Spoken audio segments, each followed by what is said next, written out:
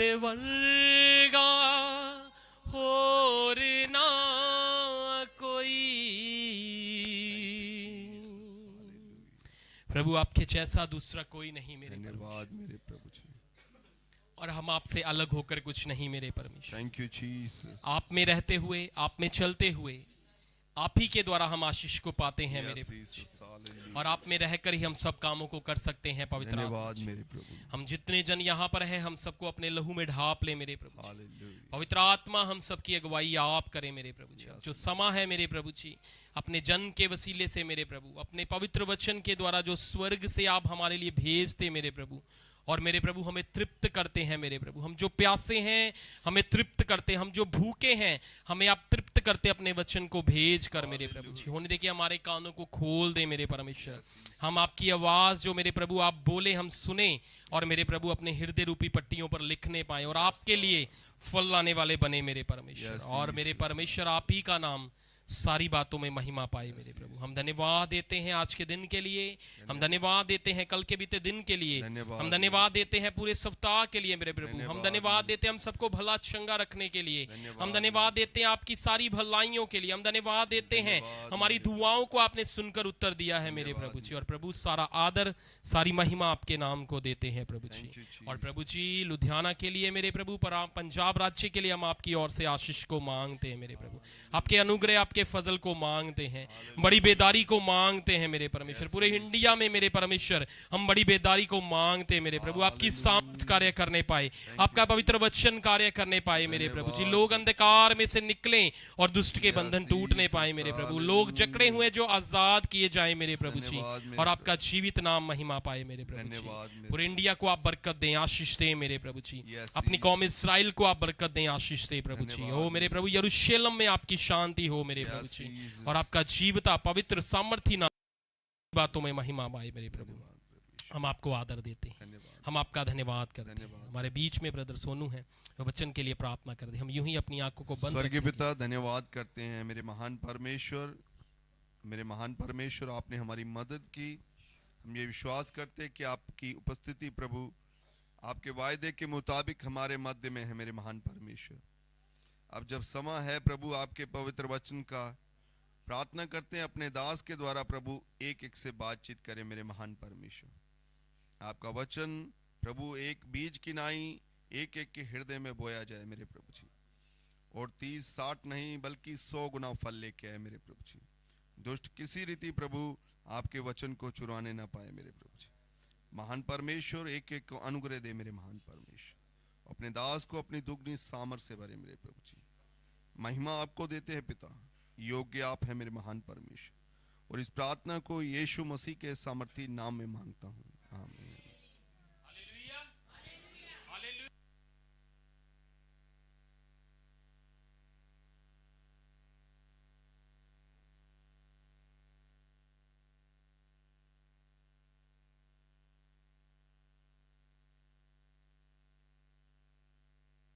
आगे का समय परमेश्वर के जन के हाथों में।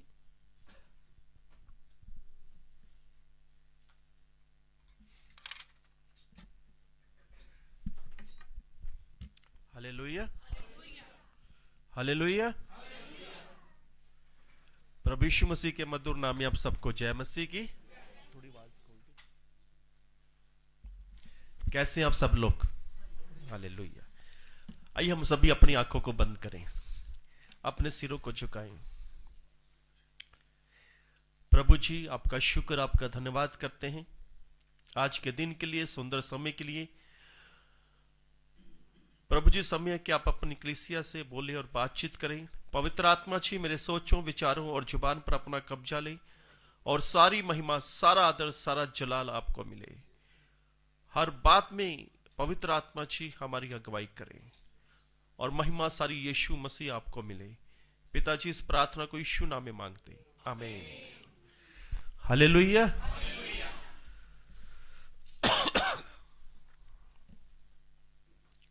हम बाइबल में से देखेंगे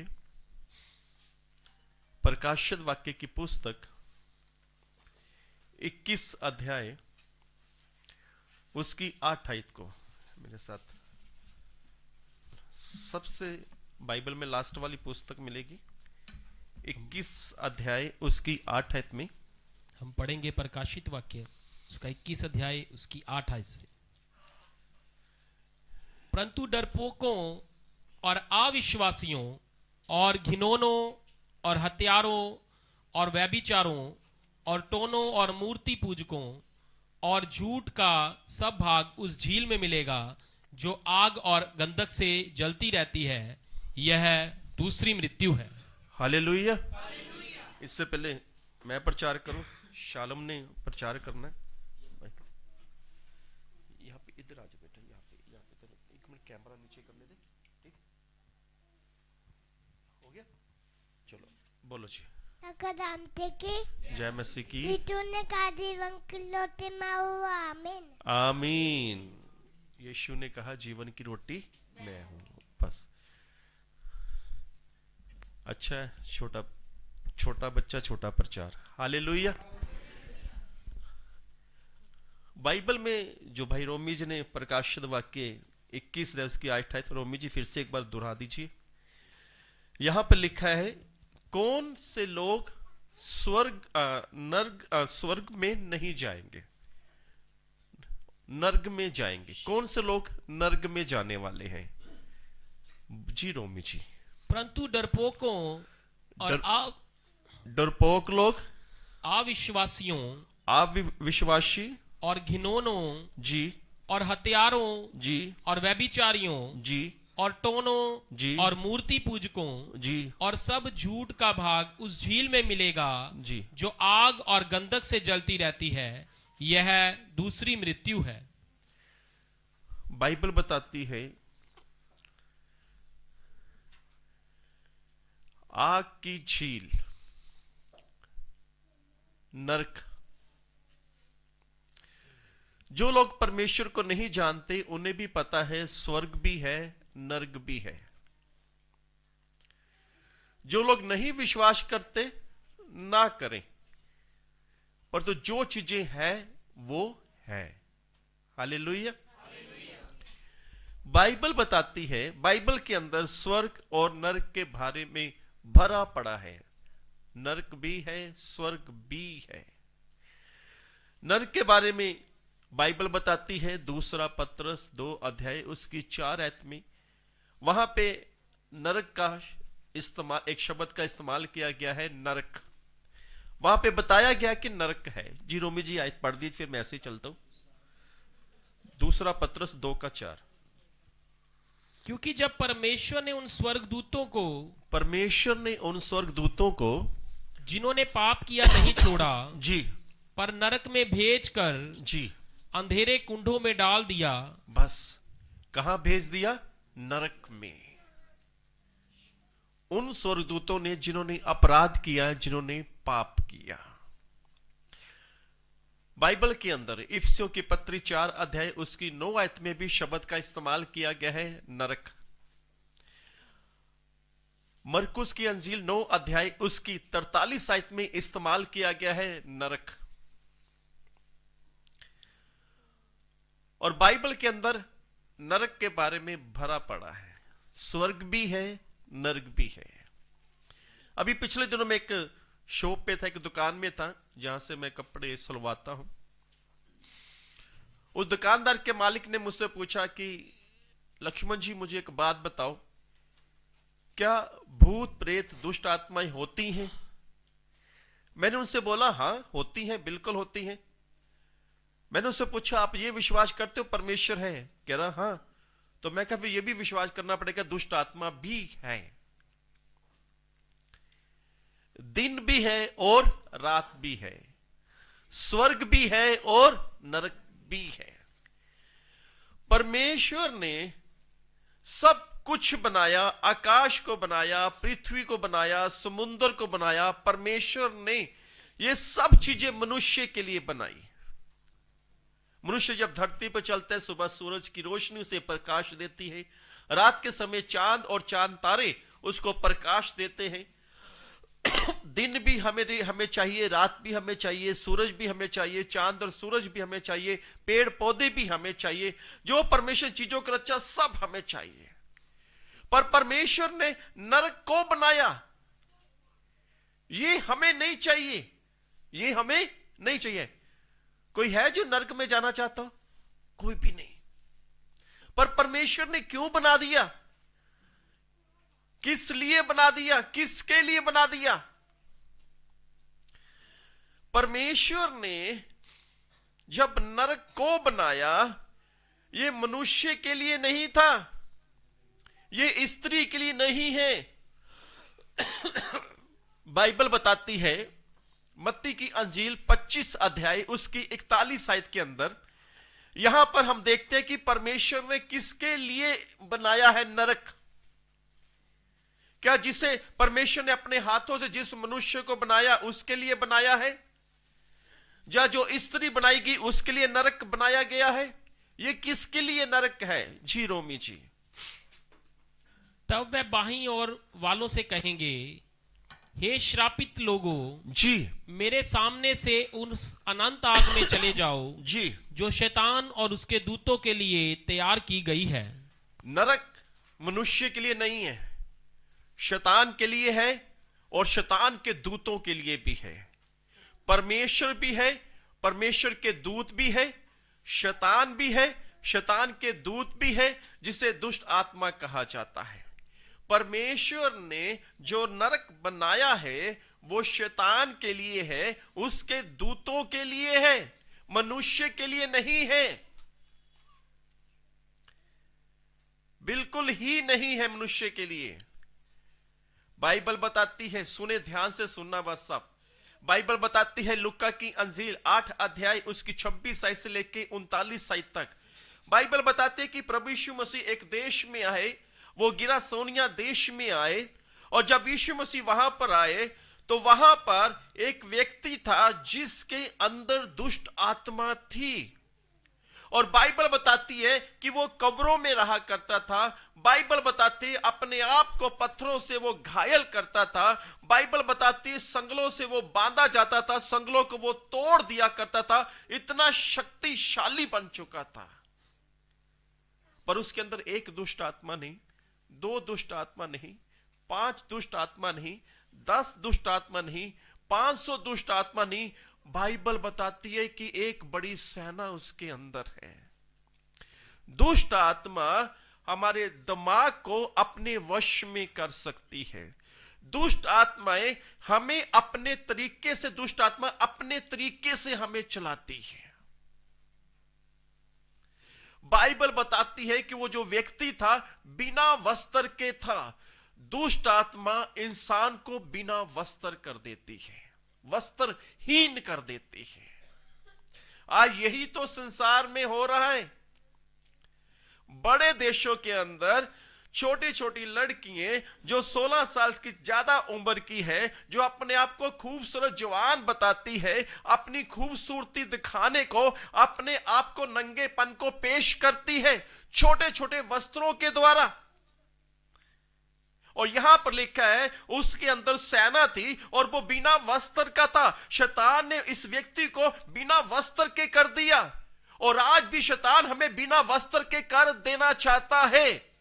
लोग कहते हैं कि ये फैशन है, जो लड़कियां छोटे छोटे कपड़े पहनती है ये फैशन है। बाहर के देशों में पिता कुछ नहीं कह सकता, माता कुछ नहीं कह सकती, भाई कुछ नहीं कह सकता, बहन कुछ नहीं कह सकती, क्योंकि एक फैशन है। पड़ोसी कुछ नहीं कह सकते, चाचा ताया नाना नानी दादा दादी कुछ नहीं कह सकते, फैशन। और बहुत से विश्वासी लोग, बहुत से परमेश्वर के लोग भी उस फैशन को अपना रहे हैं। छोटे वस्त्र, लड़की छोटे कपड़े पहन के उस फैशन को अपना रहे हैं, पर यह नहीं पता कि शैतान ने उस व्यक्ति को नंगा किया हुआ था। शैतान हमें नंगा करना चाहता है। बाजार में छोटे कपड़े सबसे महंगे कपड़े, वस्त्र अपने आप को दिखाना, अपने नंगेपन को दिखाना। शैतान ने इसे नंगा कर दिया था। शैतान अपने तरीके से इसे चला रहा था। बात को ध्यान से सुनना। आज के समय में कुछ लड़के लड़कियां ऐसे कहते हैं, पापा वो भी तो ऐसे कपड़े पहनते हैं, मम्मी वो भी तो, उन्होंने भी तो ऐसे कपड़े पहने। मम्मी वो भी तो वहां पर जा रहे हैं, पापा वो भी तो वहां पर जा रहे हैं। आज की जनरेशन का सवाल, आज की जनरेशन को वो दिख रहा है जो वो देख रहे हैं, जो शैतान उन्हें दिखाना चाहता है, पर वो नहीं दिख रहा जो बाइबल हमें दिखाना चाहती है, वो नहीं दिख रहा जो प्रभु यीशु मसीह हमें दिखाना चाहते हैं। शैतान ने इस व्यक्ति को नंगा कर दिया था, और वो दुष्ट आत्मा जो सेना थी इसे चला रही थी। और बाइबल बताती है कि जब यीशु मसीह इसके पास आए, और बाइबल बताती है कि ये कहने लगी, ये दुष्ट आत्मा कहने लगी, हे परमेश्वर के पुत्र, तू समय से पहले हमें क्यों नाश करने के लिए आया है।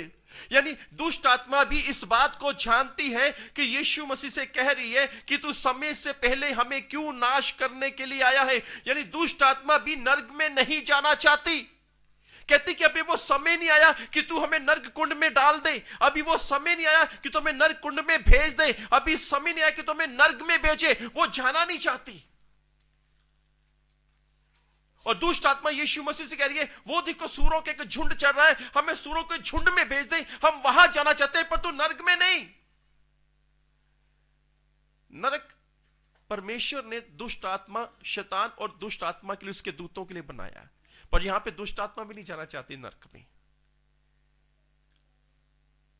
नई जनरेशन ये कहते हैं, और किसने देखा है स्वर्ग, किसने देखा है नरक, देखेंगे मरने के बाद जो होगा।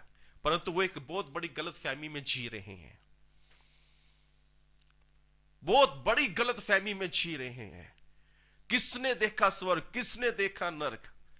इस संसार में बहुत से लोग परमेश्वर के लोग हैं जिन्होंने स्वर्ग भी देखा है, नरक भी देखा है, और ये बाइबल हमें स्वर्ग और नरक के बारे में बताती है। ये बाइबल हमें, वो दुष्ट आत्मा कहने लगी कि समय से पहले हमें क्यों नाश करने के लिए आया है।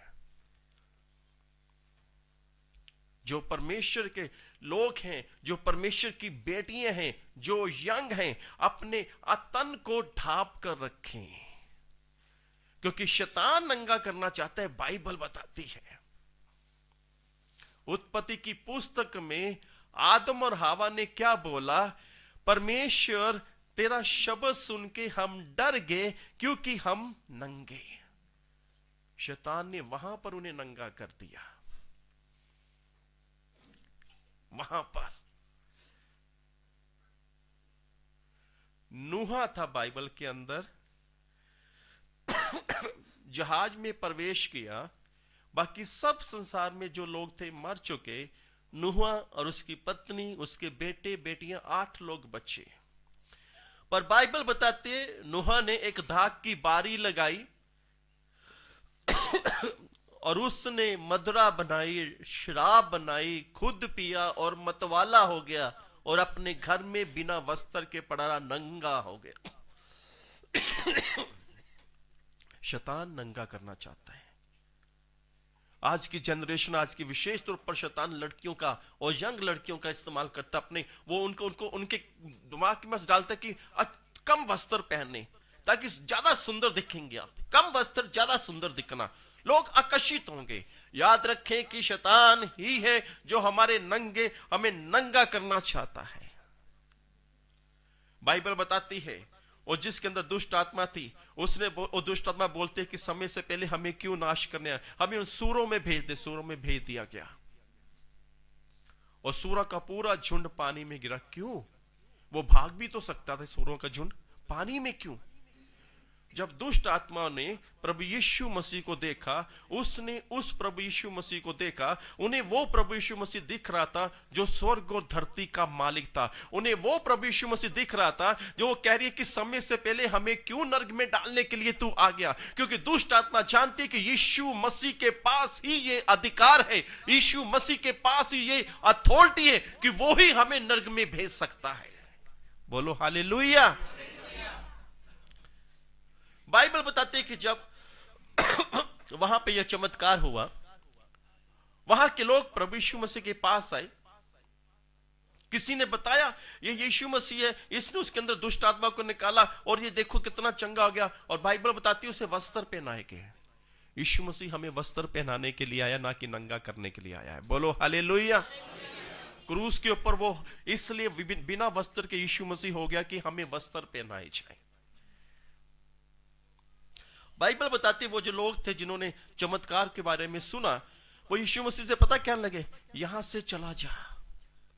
इस संसार में ऐसे भी लोग हैं जो यीशु मसीह को स्वीकार करना नहीं चाहते, वो मुक्तिदाता को स्वीकार करना नहीं चाहते, वो उद्धारकर्ता को स्वीकार करना नहीं चाहते। इस संसार में बहुत से लोग ऐसे मिल जाएंगे, वो अपने तरीके से अपने ढंग से ही जीना चाहते हैं, अपनी इच्छा के मुताबिक ही जीना चाहते हैं वो। और वो लोग कह रहे हैं कि यीशु मसीह यहां से चला जा, हमें तेरी जरूरत नहीं है।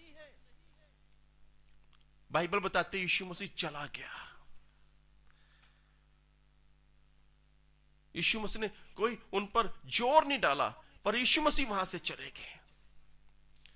जो नरक है वो शैतान और उसके दूतों के लिए है,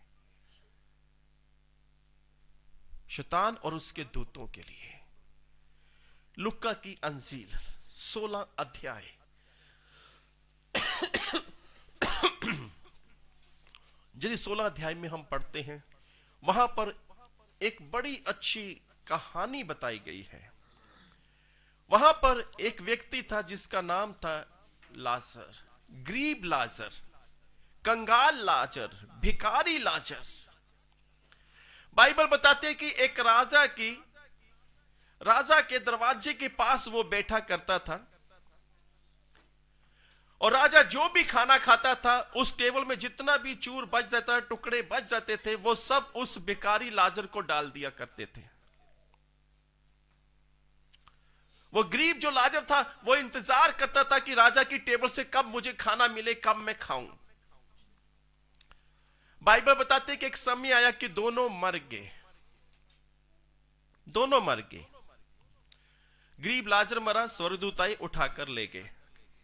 जो राजा था, जो अमीर था, जो धनी था, उसके पास इतना धन था, वो सब कुछ खरीद रहा था, खरीद सकता था, वो भी मर गया। बाइबल बताती है जब वो मर गया, उसने अपने आप में देखा वो एक ऐसे स्थान में था जहां पर वो तड़प रहा था, जहां पर वो तड़प रहा था। वो एक ज्वाला में तड़प रहा था। और जब उसने दूर से उस लाजर को देखा और उसने अब्राहम को देखा, उसने कहा कि अब्राहम इस लाजर को मेरे पास भेज, ताकि मुझे बस एक उंगली में बस एक बूंद पानी की मिल जाए, जिसे मैं अपनी जीभ पर लगाऊं और मैं तृप्त हो जाऊं और मुझे शांति मिले। बाइबल बताती है अब्राहम जी ने वहां पर बोला, हे बेटा, स्मरण कर, तू धरती पर सुख विलास से जिया है, अपनी मन मर्जी से जिया है। ये जो राजा है ना, ये ज्वाला में तड़प रहा है। बाइबल बताती है कि ये ज्वाला में तड़प रहा है। रोमी जी निकाल लीजिए लुक्का की अंजील 16 अध्याय, उसमें देखें 12-13 आयत को देखें।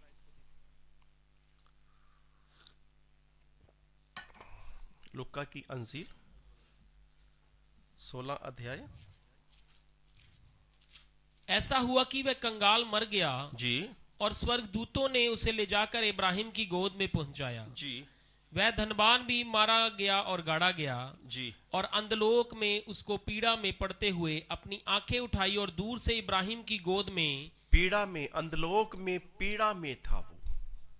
उसने आंखें उठाई और लाजर को देखा। जी रोमी जी। तब उसने पुकार कर कहा, हे पिता इब्राहिम, जी, मुझ पर दया करके लाजर को भेज दे, जी, ताकि वह अपनी उंगली का एक सिरा पानी में भिगोकर मेरी जीभ को ठंडी करे, क्योंकि मैं इस ज्वाला में तड़प रहा हूं। क्योंकि मैं इस ज्वाला में तड़प रहा हूं। नरक शैतान और उसके दूतों के लिए है, पर तू यही क्यों चला गया?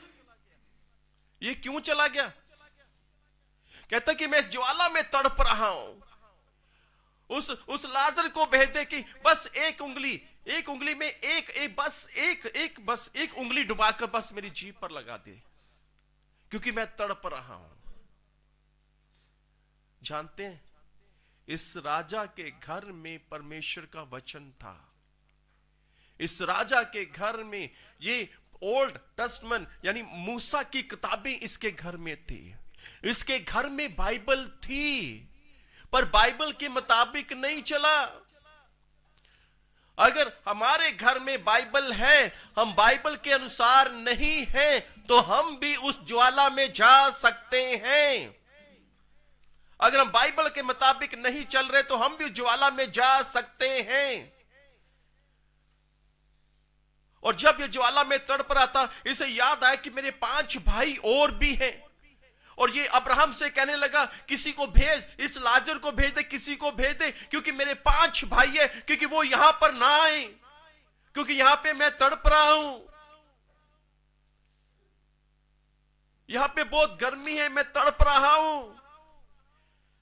नरक में शांति नहीं है, नरक में आनंद नहीं है, नरक में शांति नहीं है, नरक में आनंद नहीं है, नरक में पानी नहीं है, नरक में परमेश्वर भी नहीं है।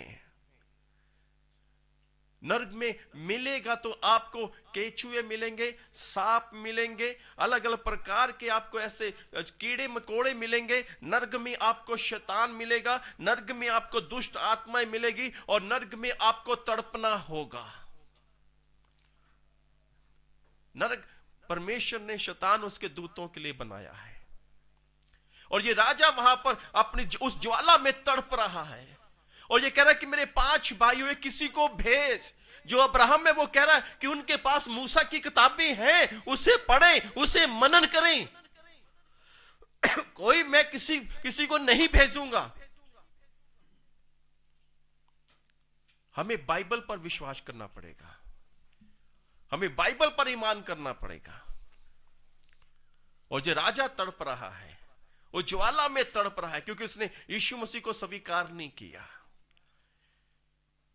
लोगों को किसी और चीज से प्रॉब्लम नहीं है, लोगों को बाइबल में से प्रॉब्लम है, क्योंकि यह सच बताती है, जो स्वर्ग और नरक के बारे में बताती है। बोलो हालेलुया। बाइबल बताती है। लूका की अंजील 23 अध्याय उसकी 39 आयत से लेके 43 आयत तक देखे। बाइबल बताते कि प्रभु यीशु मसीह जब क्रूस के ऊपर थे, प्रभु यीशु मसीह के दाएं और बाएं तरफ डाकू थे। बाइबल बताती है कि ये जो 2 डाकू थे, इन्हें मृत्यु दंड की सजा मिली थी, क्योंकि इन दोनों डाकुओं ने अपराध किए थे। इन दोनों डाकुओं ने कितनी हत्याएं की थी, इन दोनों डाकुओं ने लूट मार की थी, इन दोनों डाकुओं ने वो सारे कुकर्म किए थे जो एक पापी करता है। इनका नरक में जाना तय था, और इनको मृत्यु दंड की सजा दी गई थी। क्रूस की सजा थी इन डाकुओं की, इनका मरना तय था, और दूसरी मृत्यु भी इनके लिए नरक तैयार था, बिल्कुल तैयार था नरक, क्योंकि कुकर्म किए हैं। कई बार ना हम लोग क्या सोचते हैं कि हम अच्छे कर्म करेंगे तो परमेश्वर हमें स्वर्ग में ले जाएगा। लगता है ना कई बार कई लोगों को, ऐसे लोग भी जो परमेश्वर को नहीं जानते, वो अच्छे कर्म करते हैं, लंगर लगाते हैं, दान देते हैं, कभी कुछ करते हैं, कभी कुछ करते हैं, कभी कुछ करते हैं। ये बुरा नहीं है, अच्छा है, पर तो क्या ये चीजें हमें स्वर्ग में ले जाएगी? बात ये चीजें हमें स्वर्ग में ले जाएगी, मैं आपको बताऊंगा। पर तो बात चलते है कि दाएं और बाएं जो डाकू थे, बीच में प्रभु यीशु मसीह थे। एक डाकू ने कहा कि तू अपने आप को परमेश्वर का पुत्र कहता है, तूने कितने चमत्कार किए, और एक चमत्कार क्रूस के ऊपर और कर दे, और तू भी नीचे उतरा और हमें भी नीचे उतार दे, हम तब बिलीव करेंगे, तब विश्वास करेंगे। कई बार हम चमत्कार के पीछे भागते हैं, चमत्कार होगा तब हम बिलीव करेंगे। चमत्कार हो चाहे ना हो, आप बिलीव करें चाहे ना करें, बातें सत्य है भाई। जो बातें इसके अंदर है वो बिल्कुल सत्य है, वो होकर ही रहेंगे। तो दूसरे ने कहा, हमने तो अपराध किए हैं, हमने तो हत्याएं की हैं, हमने तो कितने लोगों की हत्या की है, चोरी की है, डकैती की, हमने सब प्रकार के अपराध किए हैं, पर तुझे जो यीशु है, जो ये क्रूस पर है, जो हमारे बीच में, इसने कोई भी अपराध नहीं किया। एक डाकू भी जानता है कि इसने कोई भी अपराध नहीं किया। बाइबल के अंदर, यीशु मसीह के अंदर कोई भी अपराध कभी भी नहीं देखा गया। बोलो हालेलुया। बाइबल में ऐसा लिखा हुआ है, यीशु मसीह को तो पता ही नहीं कि अपराध होता क्या है, पाप होता क्या, उसे पता ही नहीं है। पवित्र ईश्वर, उसे पता ही नहीं है। तो उस डाकू ने बोला, एक ने बोला, प्रभु जब तू अपने राज्य में जाए तो मुझे याद रखना। मैं तुझे मानता हूं कि तू मुक्ति का दाता है। मैं स्वीकार करता हूं कि तू परमेश्वर का पुत्र है। मैं स्वीकार करता हूं कि तू परमेश्वर है। बाइबल में इस संसार के अंदर जितने भी प्राणी हैं, उनके लिए एक सुनहरा अवसर है, एक सुनहरा मौका है मरने से पहले तक का। लूका की अंजील 5 अध्याय उसकी 32 आयत के अंदर एक सुनहरा, एक अच्छा मौका हर प्राणी के लिए, हर व्यक्ति के लिए, हर मनुष्य के लिए, हर स्त्री के लिए, हर जवान बेटे और बेटी के लिए एक सुनहरा मौका उनके पास। जी रोमी जी। मैं धर्मियों को नहीं जी, परंतु पापियों को मन फिराने के लिए बुलाने आया हूं। हालेलुया। कह रहा कि मैं चाहता हूं कि पापी लोग मन फिरा लें। मैं उन्हें बुलाने आया हूं कि वो मन फिराएं। इस क्रूस के ऊपर जो डाकू थे, एक डाकू ने मन को फिरा लिया और वो इस बात को जान गया, वो यूहन्ना 14:16 की आयत को जान गया कि यीशु ने कहा कि रास्ता केवल मैं ही हूं। वो ही एक रास्ता है जो स्वर्ग का रास्ता है। आप कितने भी अच्छे काम क्यों ना कर लें, आप कितने भी धार्मिकता के काम क्यों ना कर लें, यदि आपने यीशु मसीह को मुक्तिदाता करके स्वीकार नहीं किया तो आप उस रास्ते पर नहीं जा रहे जो रास्ता स्वर्ग की ओर जा रहा है। स्वर्ग में जाने का केवल एक ही रास्ता है। पिछले दिनों में मैं सड़क पर जा रहा था तो एक भाई आए अपनी गाड़ी लेके, मुझसे कहने लगे कि ये वो रास्ता किधर को जाएगा। मैंने उनको बोला कि सीधा चल जाओ, आप वो रास्ता मिल जाएगा। और बाइबल के अंदर स्वर्ग में जाने का केवल एक ही रास्ता है, वो प्रभु यीशु मसीह है। बिल्कुल एक ही रास्ता, सिर्फ यीशु मसीह है। और इस डाकू ने बोला, प्रभु जी जब तो अपने राज्य में जाए तो मुझे स्मरण करना। मैं विश्वास करता हूं कि आप मुक्तिदाता हो। मैं विश्वास करता हूं कि आप ही एक मात्र रास्ता हो जो स्वर्ग की ओर जाता है। एक रास्ता बस स्वर्ग की ओर। कई बार कुछ लोग हमें जो आपको कहते होंगे, सब रास्ते एक ही हैं, एक ही जगह पर जाते हैं। सब रास्ते एक ही हैं, एक ही जगह पर जाते हैं। अगर वो किसी को बताते हैं, उसे भी धोखा दे रहे हैं, अपने आप को भी धोखा है।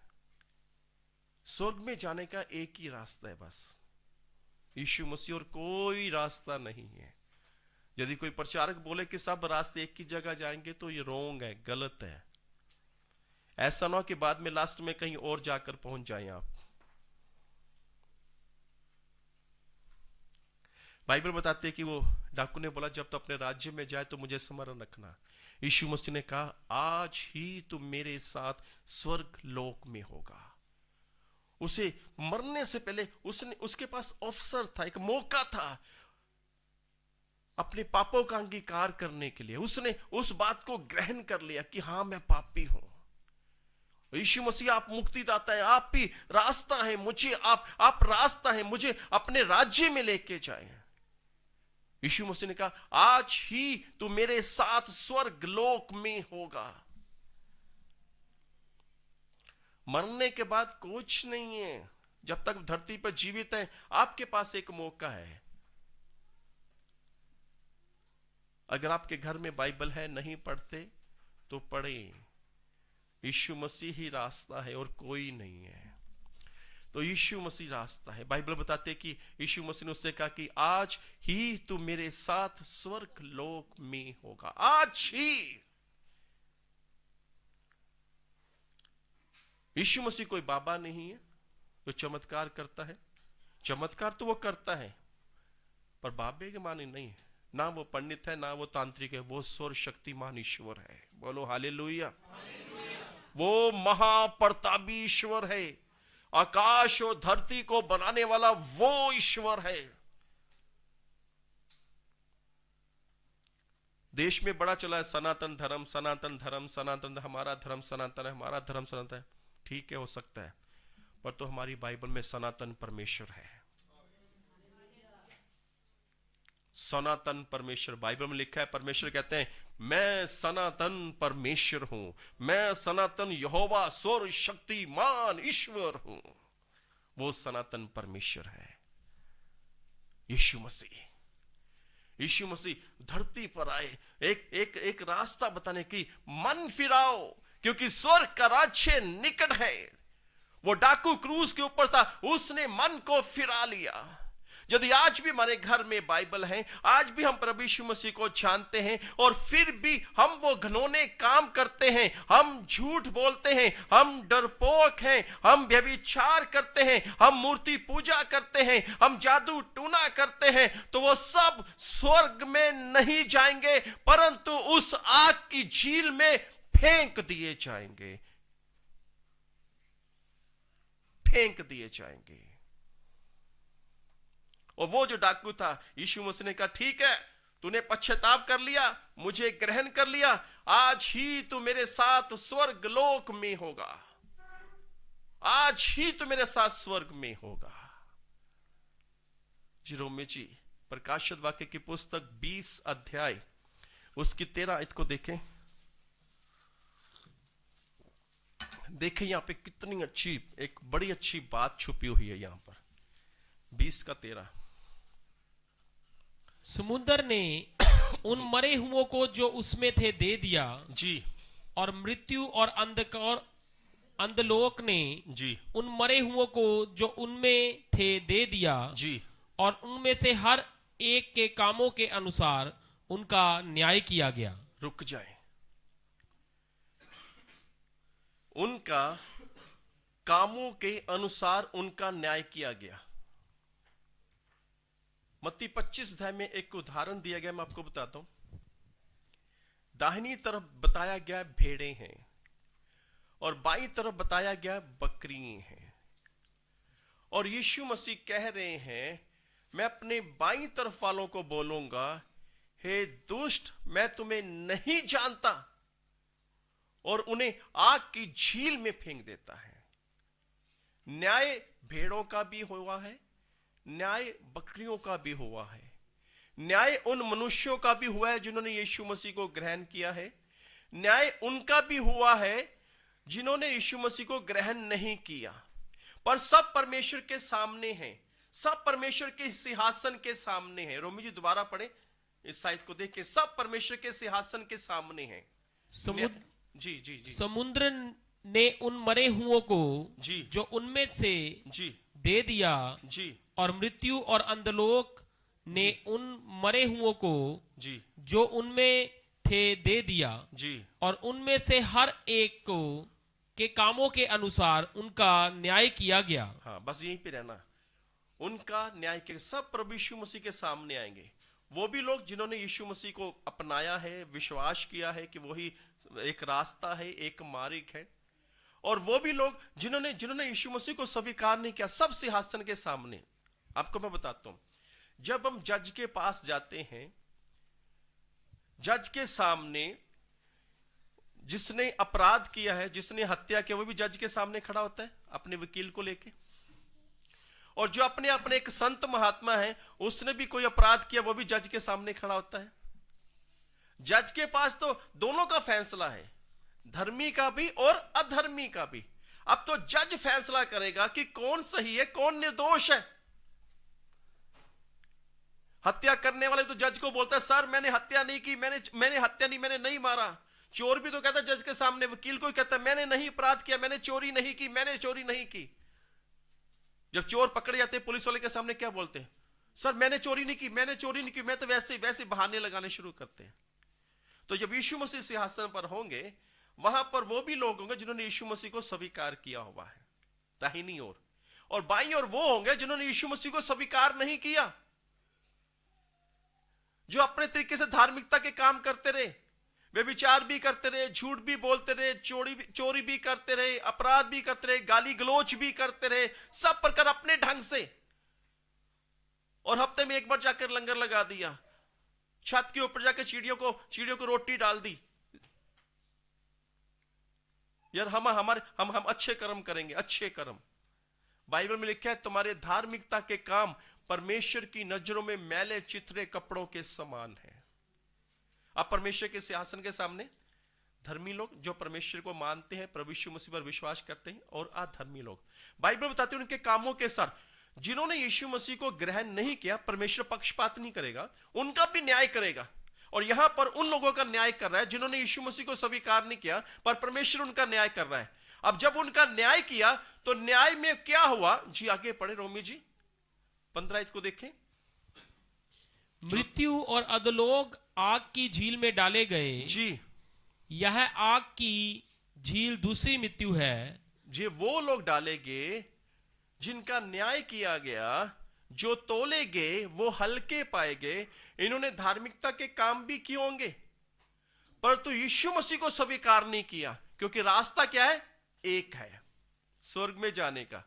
और जब इनका न्याय किया गया तो न्याय में पाया गया कि ये अपराधी हैं, ये पापी हैं, ये दोषी हैं। और बाइबल बताते हैं कि उन लोगों को जो दूसरी मृत्यु है अर्थात नरक में डाल दिया गया। जी रोमी जी 15 दोबारा पढ़ दीजिए। और जिस किसी का नाम जीवन की पुस्तक में लिखा हुआ ना मिला, जिस किसी का नाम, यहां पे ईसाइयों के बारे में नहीं लिखा, जिस किसी का नाम, हर एक वो व्यक्ति, हर एक वो स्त्री, हर एक वो भाई, हर एक वो बहन जो प्रभु यीशु मसीह को मुक्तिदाता करके स्वीकार करता है, और उसका नाम, जी रोमी जी, जिस किसी का नाम इस जीवन की पुस्तक में ना लिखा मिला जी, वह आग की झील में डाला गया। जिसका नाम जीवन की पुस्तक में नहीं मिला वो आग की झील में डाला गया है।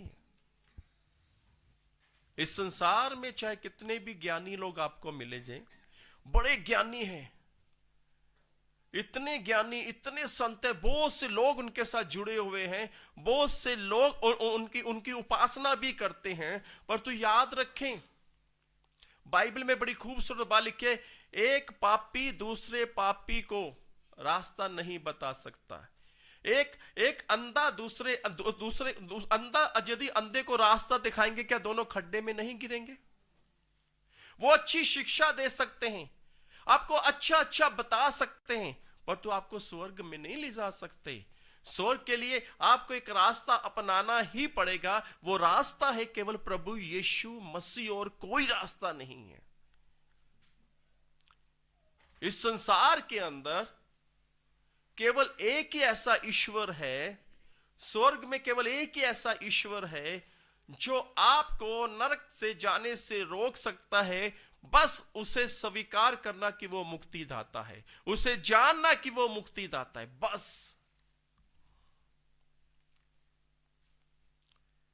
मैं पिछले दिनों में फेसबुक में एक छोटी सी एक आदमी की टेस्टमनी सुन रहा था। वो बता रहा था कि मैं उत्तराखंड का रहने वाला हूं, देहरादून का रहने वाला हूं, मैं पंडित फैमिली से हूं, मैं पंडित था और मैंने यीशु मसीह के बारे में जाना। मैंने, मेरे पूरे घराने में हमने कम से कम 130 लोगों ने प्रभु यीशु मसीह को मुक्तिदाता करके ग्रहण किया। वो बता रहा, कह रहा गीता में लिखा हुआ है, वो हवाले दे रहा था कि ये वाला चैप्टर है, यहां पर ये लिखा हुआ है कि यीशु मसीह मुक्तिदाता है। मुझे तो गीता का इतना ज्ञान नहीं, पर जिनको ज्ञान है वो बताते हैं। पर बहुत से संसार में ऐसे लोग हैं जिनको पता है, पर तो दूसरे लोगों को नहीं बताते, क्योंकि उनका रोटी पानी बंद हो जाएगा ना। क्या बंद हो जाएगा? रोटी पानी। बड़ी बड़ी गाड़ियों का पेट्रोल का खर्चा कौन निकालेगा? अच्छे अच्छे होटलों में रहना कहां जाएगा? अच्छे अच्छे तरीके से अच्छे अच्छे महलों में रहना, अच्छा बिजनेस को चलाना कहां जाएगा? बंद हो जाएगा ना। इसलिए कुछ लोग, बहुत से लोगों को सच पता है पर बताते नहीं। बोलो हालेलुया। पर बाइबल बताती है ये है वो नरक जो शैतान और उसके दूतों के लिए। पर वो लोग जो परमेश्वर की इच्छा के मुताबिक हैं वो स्वर्ग में जाएंगे। और जो इस बाइबल के अनुसार प्रकाशित वाक्य 20:8 के अनुसार जो डरपोक हैं वो स्वर्ग में नहीं जाएंगे। जो झूठ को चाहने वाले और झूठ ही बोलते रहते हैं वो स्वर्ग में नहीं जाएंगे।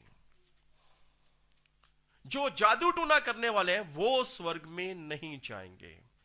जो व्यभिचार करने वाले हैं वो स्वर्ग में नहीं जाएंगे। जो हत्यारे हैं, हत्या करने वाले हैं, वो स्वर्ग में नहीं जाएंगे।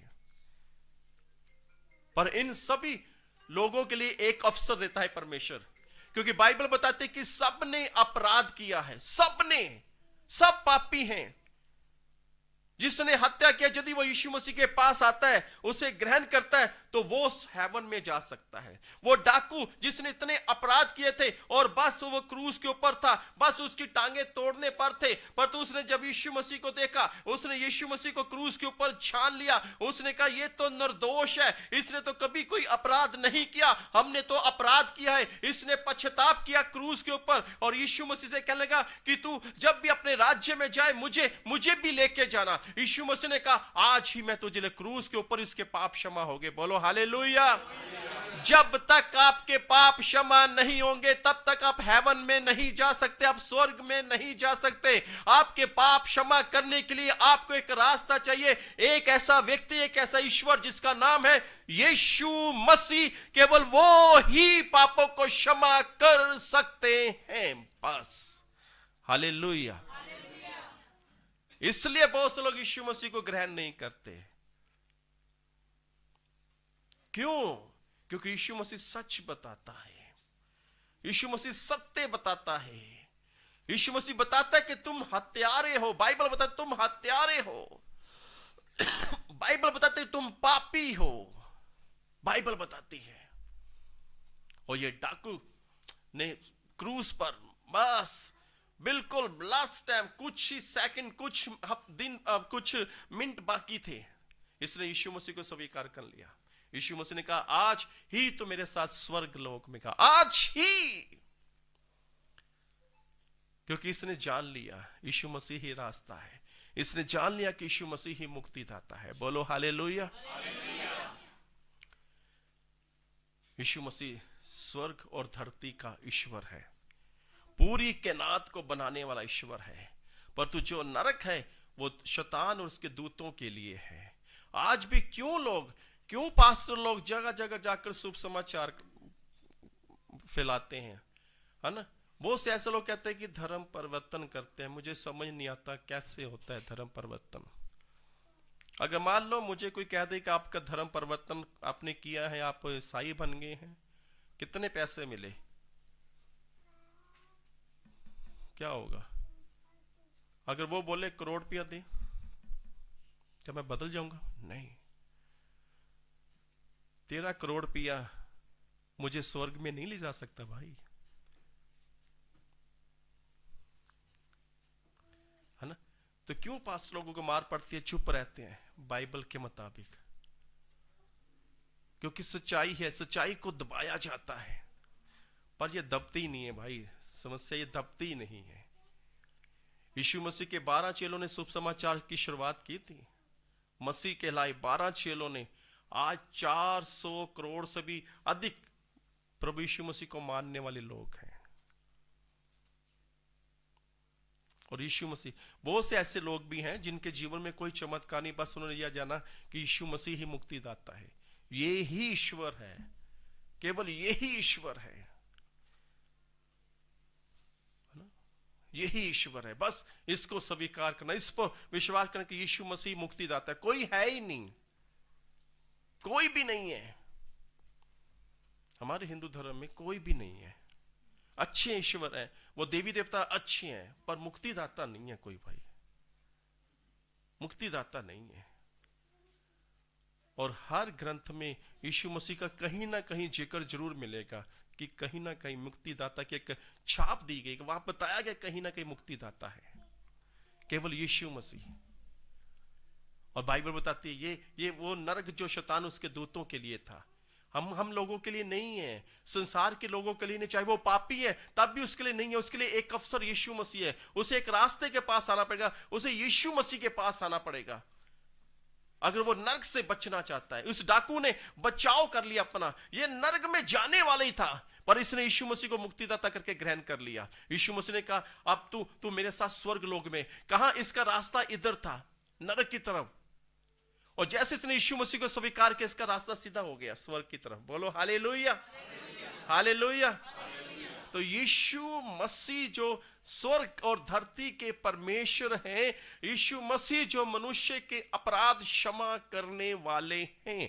बाइबल में लिखा हुआ है, एक आयत पढ़ दीजिए रोमी जी, यशायाह की पुस्तक 1 अध्याय उसकी 18 आयत को। इस आयत को हम देखते हैं, यशायाह की पुस्तक 1 अध्याय उसकी 18 आयत को। जी रोमी जी जल्दी जरा। यहां पे लिखे परमेश्वर कितनी खूबसूरत बात कहते हैं हम परमेश्वर के लोगों के लिए। यहोवा कहता है, यहोवा परमेश्वर कहते हैं, आओ हम आपस में वाद विवाद करें, आओ हम आपस में वाद विवाद कर लें, बातचीत कर लें। जी, तुम्हारे पाप चाहे लाल रंग के जी हो जी, तो भी वह हिम के समान उजले हो जाएंगे। परमेश्वर कहता है आओ मेरे साथ सलाह करो, बातचीत करो, मेरे पास आओ, पश्चाताप करो। तुम्हारे पाप चाहे लाल रंग के भी क्यों ना, तूने कितनी भी हत्या क्यों ना, पर मैं तुम्हारे पापों को क्षमा कर सकता हूं यदि आप अपने पापों को मानोगे, तब यदि आप पश्चाताप करेंगे, तब यीशु मसीह के पास सही जगह, सही ईश्वर के सामने पश्चाताप करना सही ईश्वर के सामने पश्चाताप करना केवल यीशु मसीह। बोलो हालेलुया। तो ये नरक के बारे में, नरक शैतान और उसके दूतों के लिए था, और जिस व्यक्ति के अंदर दुष्ट आत्मा थी वो दुष्ट आत्मा के समय से पहले हमें क्यों नाश करने आया। हमारा अभी समय नहीं आया कि हमें नरक में आप डाल दें, आप हमें फेंक दें, हमें सजा सुनाए, अभी वो समय नहीं आया। हर एक दुष्ट आत्मा को भी पता है कि वो कहां पर जाने वाली है, और हर एक व्यक्ति को भी पता है स्वर्ग भी है, नरक भी है, पर वो रास्ता नहीं ढूंढ रहे, और जो रास्ता ढूंढता है उन्हें मिल जाता है। और कई बार यीशु मसीह के रास्ते पर आते पर फिर भी उस रास्ते से भटक जाते हैं। केवल बाइबल बताती है यीशु मसीह ने कहा रास्ता मैं हूं बस। और कई बार आपने देखा होगा फेसबुक में कई बार ऐसे भी लोग आते हैं जो बाइबल की बात को तोड़ मरोड़ के बाइबल की बात को पेश करते हैं, क्योंकि बाइबल पूरी पढ़ी तो होती नहीं, बाइबल की एक बात को लेते हैं। कई बार तो ऐसे नहीं वो परमेश्वर नहीं है, परमेश्वर का पुत्र था, परमेश्वर नहीं है। आओ हम बताते हैं, बाइबल को पढ़ो, समझ आ जाएगा वो परमेश्वर ही है। अब छोटा सा उदाहरण बताता हूं, देखो आप हो, ये आपका शरीर है, आपके अंदर दो चीजें हो रहे हैं, आपकी आत्मा, आपका प्राण। टोटल कितने हो गए? 3। आप मान सकते हैं तीनों, आपका शरीर, आपकी आत्मा और प्राण, 3। कोई डॉक्टर साहब प्राण, खून निकल जाएगा बंदा बचेगा, है ना? प्राण, आत्मा, शरीर, तीनों, मान लो तीनों चीजें मेरे अंदर है, मैं एक ही दिख रहा हूं ना। शरीर का काम अलग है, प्राण का काम अलग है, आत्मा का काम अलग है, पर है क्या? तीनों एक। पिता पुत्र पवित्र आत्मा यानी यीशु मसीह एक ही है, पर तीनों के काम अलग दिख रहे हैं। यीशु मसीह क्यों परमेश्वर का पुत्र बन गया? देखें, मैं आपको बड़ी गहरी बात बताता हूं जो प्रभु ने मुझ पर, वो स्वर्ग में ईश्वर हैं, धरती पर परमेश्वर के बेटे कहलाए, क्योंकि धरती पर जब वो थे 33.5 साल, वो परमेश्वर की तरह नहीं जी रहे थे, एक मनुष्य की तरह जी रहे थे। बाइबल बताती कि वो शून्य बन गया, एक मनुष्य की तरह जी रहे थे। वो रोते थे, उनकी आंखों में आंसू आते थे, उन्हें मारा गया तो उनके शरीर में दर्द होता था, शरीर में दर्द होता था। मनुष्य की तरह परमेश्वर ने मनुष्य का रूप धारण करके वो परमेश्वर का पुत्र कहलाया, वही वो परमेश्वर ही है। बाइबल में यह भी तो लिखा है, आदि में शब्द था, शब्द परमेश्वर के साथ था, शब्द के द्वारा सब कुछ रचा गया और शब्द देहधारी हुआ। बोलो हालेलुया। तो इसलिए यीशु मसीह को छोड़ और कोई भी मुक्तिदाता नहीं है, कोई भी नहीं है। जो ये वो रास्ता है जो स्वर्ग में जाता है, पर तो वो लोग जो उनके घर में, जिनके घर में बाइबल है, जो चर्च भी जाते हैं, यदि फिर भी वो झूठ बोलते हैं, डरपोक हैं, बेबिचार हैं, टूना करते हैं, हत्या करते हैं, झूठ में रहते हैं, झूठ के चाहने वाले, वो सब स्वर्ग में नहीं जाएंगे, वो आग की झील में डाले जाएंगे। घर में बाइबल है, रास्ता पड़ा है, जानने, इसमें जानना है कि रास्ता कौन सा है, यीशु मसीह। और यीशु मसीह के रास्ता देखें, यीशु मसीह, आप मान लो आप लोगों ने दिल्ली जाना है, ठीक है, आपके पास गाड़ी है, किसने बता दिया दिल्ली है, क्या आप 200 की स्पीड में जाओगे? स्पीड तो तब भी आपकी लिमिट की रहेगी, 90 की स्पीड, पर उस रास्ते में अनुशासन तो है। ऐसा तो नहीं है आप जलंधर की सड़क में पंजाबी कंधे अन्यवा चलानी गड्डी, तो दिल्ली की सड़क में आप अन्यवा चलाओगे ना। आपने पंजाब क्रॉस नहीं किया, रास्ते में आपको कितने पुलिस वाले मिल जाएंगे, कैमरा लगा के बैठे होंगे, आपकी स्पीड को चेक करेंगे वो, नहीं तो वहीं पर चलान। तो आपको अनुशासन में, यीशु मसीह रास्ता है, जब यीशु मसीह को अपना लेते हैं, उस रास्ते पर चलते हैं, तो हमें अनुशासन में चलना पड़ेगा। अनुशासन मीन्स आपको ऐसे चलना पड़ेगा, आपको अपनी पवित्रता को संभाल के रखना पड़ेगा, पवित्रता में रहना पड़ेगा, आपको झूठ से दूर रहना पड़ेगा। कई बातें, मैं आपको एक अपनी गलती बताता हूं। मैं 3 नंबर गली में रहता था, शायद 10 साल पुरानी बात है। तो हमारे पास सिलेंडर नहीं था, तब मेरी शादी नहीं, सिलेंडर नहीं था। तो किसी ने बोला, एक भाई से मुलाकात कराई, कह रहे कि ये वो सिलेंडर का, आपका सिलेंडर का वो जो कापी है वो बना देंगे सिलेंडर को। वो आए मेरे पास, तो कह रहे आपके पास आधार कार्ड है? मैं कहा जी है। अच्छा ये फॉर्म भर दीजिए। कह रहा आपको एक फोन आएगा, तो आपने ये बोलना है मेरे पास, मतलब उसने कुछ मुझे झूठ बोलने के लिए कहा कि आपने ये बोलना है। तो मैं बोला नहीं, मैंने कहा ठीक है जी मैं बोल दूंगा। वो काम ही नहीं हुआ। अभी मैंने झूठ बोला नहीं, अभी मैं कहा हो जाएगा, पर वो काम ही नहीं हुआ। कई बार आते ना, जिसने लोन पास करवाना हो, लोन पास आपकी फाइल भरेगा, हाँ जी सर आपका नाम, आपकी वाइफ का नाम, नाले खुशी से बड़े प्यार से भरता रहेगा, भरता, सर ऐसा है आपका लोन पास हो जाएगा, अच्छा 20 लाख का हो जाएगा लोन पास। एक फोन आएगा, आपने ये बोलना है, आप रेंट पे रह रहे हो? हाँ। आपने ये बोलना हमारा घर अपना है। होता जी रोमी जी ऐसे, आप तो कचहरी के है ना, आप ये बोल देना कि आपका घर अपना है। आप कितने साल से रह रहे हैं? 2 साल से। नहीं, फोन आएगा आपको बोलना 20 साल से रह रहा हूं। आप झूठ बोल भी देंगे तब भी काम नहीं होगा। कई बार कुछ लोग हमें झूठ बोलवाने के लिए मजबूर करते हैं, पर तो यदि आप यीशु के रास्ते पर हो, यीशु आपको सच चलने की शक्ति देगा, सच बोलने की शक्ति देगा, सच पर चलने की शक्ति देगा। बोलो हालेलुया, हालेलुया। मैं तो बच्चा, मेरा तो 3.5 साल का शालम जिसने प्रचार किया, और मैं तो उसके साथ भी नहीं झूठ बोलता। पापा वो मुझे चीज मिल जाएगी, वो कैसे मिलेगी? मैं बड़े सोच समझ के जवाब देता हूँ। हम कई बार बच्चे को झूठ बोलते ना, हाँ बेटा तुझे मिल जाएगी, वहां पे जाएंगे, ये कितनी बातें बोलते हैं माता पिता। मैं तो उससे भी बोलने से डरता हूँ। मैं उससे मजाक करूंगा, बोल भी दूंगा बाद में, मैं कहा शालम मैंने तो मजाक किया था, क्योंकि उसका डायलेक्ट भी यही रहता है, मैंने तो मजाक किया था। तो इन चीजों से बाइबल बताते हैं। आप देखें, परमेश्वर ने जो नरक है वो शैतान उसके दूतों के लिए। परमेश्वर कभी नहीं चाहते, यीशु मसीह कभी नहीं चाहते कि कोई भी मनुष्य उसमें जाए। मनुष्य का खुद का चुनाव होगा, या तो यीशु मसीह के रास्ते में चलना स्वर्ग में जाने के लिए, या खुद का चुनाव कि मुझे यीशु मसीह नहीं चाहिए, मैं अपने ढंग से अपने तरीके से जीना चाहता हूं, मैं अपने तरीके से रहना चाहता हूं, मैं नशे में रहना चाहता हूं अपने तरीके से, मैं अपने तरीके से संसार के तरीके से रहना चाहता हूं। फिर उसके लिए नरक है। जब यीशु मसीह न्याय करेगा तो आपके न्याय में आप नरक में भेजा जाएगा, क्योंकि जिसका नाम जीवन की पुस्तक में नहीं मिलेगा वो नरक में, आग की झील में डाल दिया जाएगा। Hallelujah, hallelujah. ये संदेश डराने के लिए नहीं है, पर सच्चाई बताने के लिए है। ये डराने के लिए नहीं है, सच्चाई बताने के लिए है। बोलो हालेलुया।